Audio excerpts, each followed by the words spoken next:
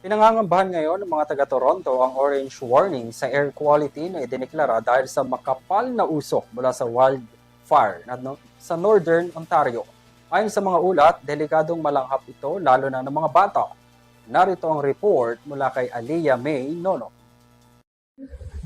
Ang mga mamamayan ng Toronto, Ontario, Canada ay nakakaranas ng pinakamalalang kalidad ng hangin o worst air quality dahil sa may 100 wildfires ngayong panahon. Naglabas ang Environment Canada ng Air Quality Health Index na may reading na 10 o mas mataas sa Toronto na itinuturing na very high risk at inaasahang magtatagal hanggang Huwebes ng gabi.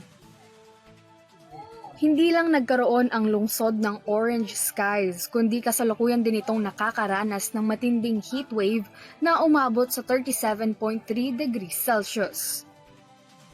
Ang wildfire ay umabot sa hilagang kanlurang Ontario at unti-unting kumakalat sa Toronto. Dahil dito, nagresulta ito sa agarang paglilikas ng ilang komunidad at nagdulot din ng pagpapatigil ng opisyal sa mga aktibidad ng FIFA Fan Festival ng lungsod. Ayon sa IQ Air, isang air quality technology company na nalampasan na ng Toronto, ang Kinshasa at Delhi sa ranggo ng may world's worst air quality.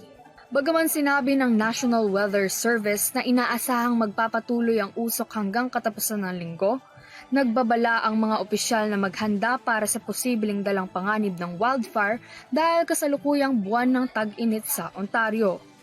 Para sa EuroTV News, Aliyah Nono sumasaludo sa bawat Pilipino.